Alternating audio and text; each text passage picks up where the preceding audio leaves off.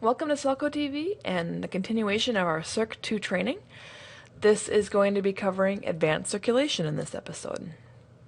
To get started with, let's talk a little bit about requests and reordering the request list. I currently have a patron up. It happens to be me, Rachel Gray. And I'm going to go in and take a look at my requests. So I can do that by going to Borrower and Requests. And you'll notice that I already had that patron record up in my checkout window. And I can see that I have the Gone Girl requested and I'm number 5 in the queue. I want to see a little bit more about the queue.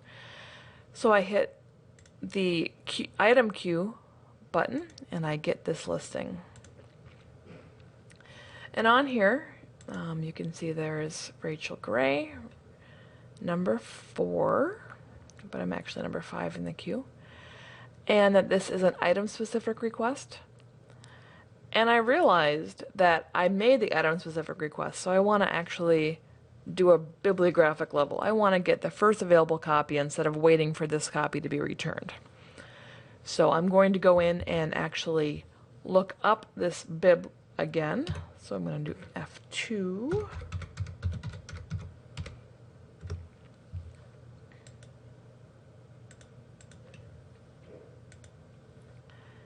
And this is the book I have requested, Gone Girl. And I just went in to see the items and the listing of all the items, locations that have this item. And there's quite a few. And I just happen to have one as an item-specific request that's already checked out. So I'm going to re-request this as a bib level.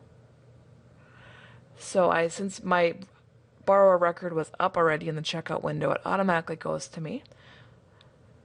I do not want to check this copy only. I want that to stay blank, so that way it's the bibliographic request. So the first available copy will come to me, and I hit request, and look, it was successfully replaced. So I'm going to go back in, and I'm going to look at the request list from here. And you can see now that I actually have 2 requests that have been placed on this item, on this bib. And I want to delete the first one and replace it with the second one, because basically I want to make it a bib level so I get the first one that's available.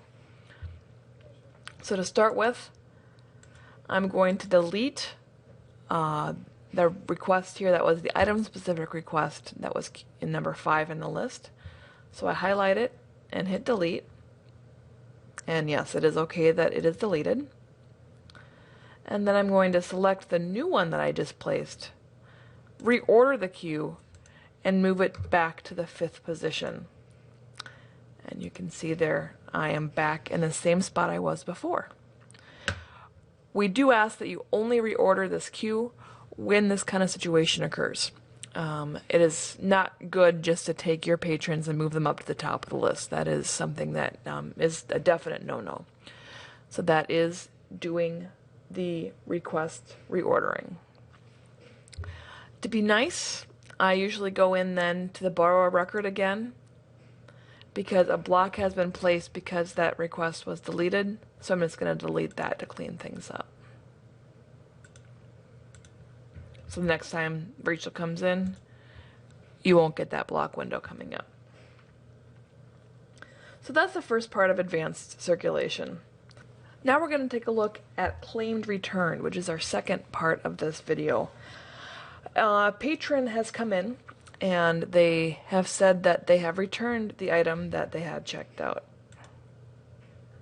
So Peep Bleep was actually returned to the library according to what the patron is telling us. It could very well have been and just not checked in when it was returned for whatever reason. It may have gotten missed, it may have gotten misscanned, whatever. Well, to help the patron out, we have something called claimed returned. And what I'm going to do here is highlight the item in the all items out, go up to CKO and claimed returned. And this will mark that item with the status of claimed returned. So we can go then later and do a report on all the items in the library that have been marked with this status, and scan all of our shelves and see if we can locate this item, because if the patron says they returned it, more than likely they probably did. Each library will probably have its own policy on this, so you might want to make sure and verify with your automation contact or your director on this. I also have a book out called Chasing Shadows, and I've looked everywhere I can for it and cannot find it. So what I'm going to do now is I'm going to mark it lost so that the patron can pay for this item, because you can't actually pay a block until that block is created with that item being returned or being marked lost. So all I have to do is highlight that item again, CKO menu, and go to lost. And I get this "Are you sure?" window, and yes, I am sure. I want this to be marked lost, and a lost item fee was now put on my account for $17.99 to replace the book. And if I go to the blocks, you can see that I have this claimed returned book of Peep Leap, and that I have lost Chasing Shadows. And then you can go ahead and take payment for that if the patron is ready to pay for it. Of course, once you find Peep Leap, or if the patron finds Chasing Shadows, you can then check in these items and you will get the claimed returned as found for this one, and that this was a lost item and that is found now, and that the borrower will be credited for the replacement charges. And our different locations have different policies regarding that. If your location gives an actual credit, you might want to check with that. Or other libraries will not. The item's been paid for, it may have been replaced already, they do not issue a credit. So again, check with your automation contact or your director and see what your location does with that. The last thing I'm going to cover here is batch edit in the check-in window. And I'm just going to scan in a couple of books here.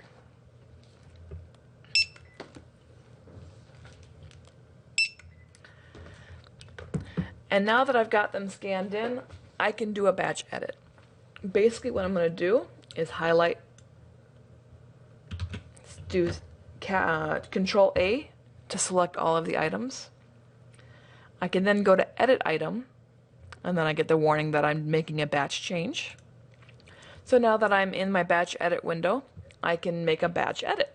So what I'm going to do here is I am under the understanding that I am changing my collection code to BF as book fiction. I am no longer going to have my Minnesota books or my Minnesota Book Award winners separate. So BF is the collection code. I can hit save and close. And now you can see all three of these are now marked as BF instead of BMN for Book Minnesota. And that's all there is to that. Thank you for watching SELCOtv and Circ 2 training. Stay tuned for another episode coming your way.